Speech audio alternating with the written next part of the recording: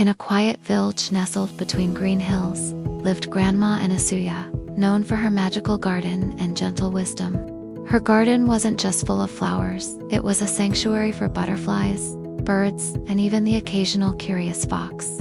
One summer, the village faced a drought, trees wilted, rivers shrank, and animals wandered in search of water. While others panicked, the Grandma Anasuya calmly gathered the children and said, "Nature gives us everything now, it's our turn to give back." She taught how to reuse water, plant native trees, build clay bowls, and avoid plastics. The children followed her. If you care for nature like family, it will never abandon you.